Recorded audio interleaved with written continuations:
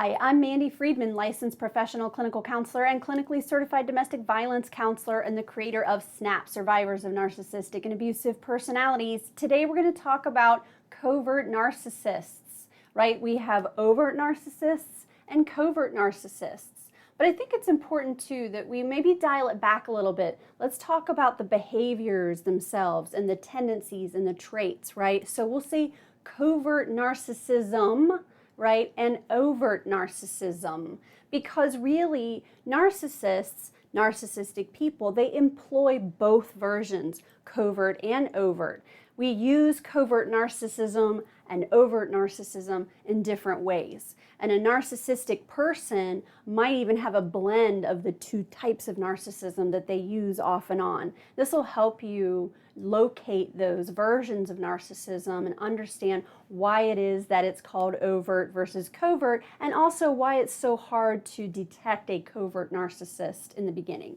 But let me just clarify and say that the term covert, that doesn't necessarily mean that the person is intentionally trying to hide their narcissistic traits, right? So I think that the word covert can be confusing at times for people. It's almost like it would be like an overt narcissist who knows that they're a narcissist and they're going to be more on the down low with their narcissism. But that's not what we're talking about here. We're talking about someone who employs this style of narcissism more than the style of overt narcissism. Okay, so we've got overt narcissism, covert narcissism. And anyone who employs a lot of narcissism could use one or the other, tendencies strongly toward one or the other, or a mix of the two. I hope that's clear, but I'm going to distinguish between the two. Overt narcissism is what we see the most of. It's obvious. These are the grandiose types. These are the ones that want to be front and center. They're extroverted. They like to be the center of attention, and they really are outward with their grandiosity, how great they are, how important they are. They're flamboyant. They want to be the center of attention, right? And those are easier to spot. It's a peacock, you know, with a big plumage that is marching around going, do you see me? How beautiful? Do you see me? How amazing I am? Right? Look at my plumage. Aren't I gorgeous? Right? So that's that's an overt narcissist, or someone using overt narcissism when they're a showboat and when they want to be seen and heard. And they seek a lot of attention. Okay, so that is obvious, right? We know what overt narcissism is. It's pretty easy to spot. One way to look at overt narcissism too is that I'm going to lord over others. My superiority is what comes first, right? And I am better than you. I'm looking down on you, down my nose at you. If I use a lot of overt narcissism, I'm up here and you're down there, right?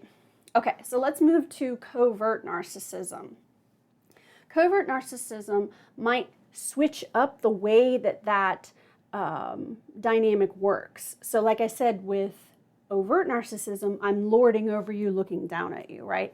With covert narcissism, it's almost like this person is down here and everyone else is above them looking down at them, right? Poor me, everyone shits on me, everyone criticizes me, no one recognizes my greatness, all these bad things have happened to me. Also, I had no part in those things that happened to me, so I'm going to take no responsibility for my situation, right?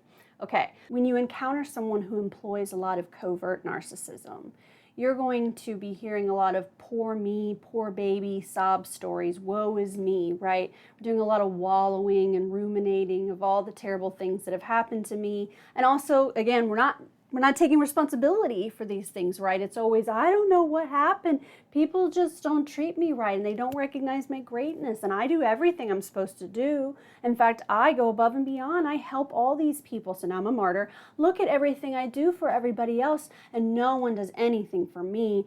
And so it's like this person has a martyr complex. They don't take responsibility in the things that go on in their lives. It's just that they're like this hapless pawn that other people use. So they can be withdrawn, more introverted. They can also be very sweet and seemingly like, you feel real bad for them. So as a therapist, this is somebody who comes in and they have almost like a shrinking demeanor, and they kind of might have some really true stories of bad things that have happened to them, but they seem kind of pitiful and beaten down, and you really do at first feel really bad for them. And they can suck you into their victim narratives and their martyr narratives pretty quickly. And sometimes it takes a while for us to figure out that this person is using a lot of covert narcissism. But here's how we can discover the truth. And that is when we try to help the person, right? When we try to offer advice or say, hey, maybe this will work, or I tried this and it works for me. Notice that they reject every form of help that you offer if it doesn't fall in line with exactly what they're looking for in order to perpetuate their victim narrative, right? As a therapist, we try to connect in a way emotionally and put ourselves in this person's shoes. And since they present usually as very self-effacing, sort of withdrawn, and their narratives might be true, and you can tell that it's true. And so your heart goes out to this person. But then after a while of working with them, you notice that they get very defensive and almost like you're trying to rob them of their suffering. They also want to tell you a lot about how their suffering is unique. No one hurts the way they hurt. No one has experienced things that they've experienced. Even though they're just a human being like everybody else, in their mind, for some reason, they're incredibly unique, and you really can't put yourself in their shoes. And they want you to know that a lot. Like, well, you may be a therapist at CELA. This is different, though. Like, you might think you know about this, but you really don't. I'm the one who knows the most about it, and I'm telling you that none of those things are going to work. And furthermore, you must not really respect my level of suffering if you think that those techniques or suggestions are going to put a dent in what I'm experiencing. You don't know what you're talking about. So it's like they talk you out of the suggestions that you're making to try to help.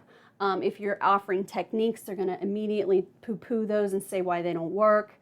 They might also get sort of like touchy with you, almost like that they've lost their faith in your capabilities as a therapist. Even like that they're disappointed in you, that you haven't been able to, figure out what their issues are. It's like, it's a challenge to see if you'll rise to the occasion of trying to help, but they fully intend to turn your help down anyway. Really remember this, okay, that narcissistic people feed on attention and emotion. So people that employ covert narcissism come to therapy because they're evoking all this energy and emotion and attention from the therapist. So people that employ the covert narcissism, they are in the therapy chair, okay? So that myth that narcissistic people don't go to therapy, not true, they do. So we're hearing a lot of how their suffering is unique. We are hearing a lot of victim and martyr narratives of how they do things for everybody else and nobody does anything for them. Also, when it comes to consequences that they've faced for their own behaviors, they seem very confused as to why those things played out the way that they did. And they assume that everyone's out to get them. So there's like this level of paranoia, and they take everything really personally. And you're sitting there going, no, that just happens to people. Like, I know a lot of people that have had similar experiences, but their experience is different always. Remember, when you're trying to connect with them and say, me too, basically, they're going to go, no, you don't know what it's like. Notice that when you are trying to connect with someone else and you say, me too, they'll go, really? You too? Oh, and it sort of makes them feel less alone. Because they've identified that other people have experienced this, and that's a relief. But a narcissistic person doesn't want to know that other people go through the same things they go through, because then that sort of cancels out that chronic uniqueness that they really love the most. Also, you'll notice that if you are entangled with this person, they will quickly forget and have amnesia about previous attempts you've made to help, or previous help that you've given. It's almost like, what have you done for me lately? in my situation, I can think of a few times where I've gone above and beyond for somebody, including, pro bono work even, and really trying to meet that person where they are, and noticing that it's a covert narcissism type situation, but still really wanting to help the person. And you'll notice that the first time you cross them, or the first time you don't meet their need, that they, their specific need, they'll toss you aside or act like that you never did anything for them ever. And you're like, oh my God, like I did this, and this for you. I came over to your house. I cooked you dinner when you had surgery. I picked your kids up from school for you while you were dealing with some issue. I blah, blah, blah. I did all these things, right? And then they'll call you, oh, can you do this or that? And you're like, oh gosh, I'm sorry, I can't. Well, I see we're not friends anymore. It's like, whoa, hold on. So you think you're investing in the relationship, and you think that it's going to be like a mutual back and forth thing, but after a while you notice there's an imbalance here, and that you're give, they're take, and furthermore, they want more. It's a black hole of neediness. So if there's someone in your life who you just kind of can't put your finger on it, but there's a lot of kind of belly aching, negativity, complaining, never satisfied, takes everything personally, has this very sort of cynical view, and thinks that everyone has ulterior motives, that, when you go to help them, it's not because you're just a good person who wants to help, it's because, you're going to try to get something out of them, whether that's money or, remember, they think they're superior. So if you're helping them and they're superior to you, it's because they're entitled to your help. They're entitled to your attention. So you'll notice this person is a little bit more demanding and not very grateful anymore, and it's definitely not a balanced situation. So just keep in mind that there are different styles of narcissism, and also when we say narcissist, right, people get upset about that. But we could say narcissism as a descriptive term to use to describe people who have tendencies towards those traits. Not everyone is a full-blown narcissist, right? And we don't want to piss off the mental health community by using the word narcissist. So, sometimes it helps if you just say narcissism. And when we talk about covert narcissism, keep in mind that it can be employed with varying degrees, as narcissism exists on a spectrum. Okay, I hope this was helpful and that we've clarified what covert narcissism is. And like I always say, therapists need affirmation too, so make sure that you like and subscribe.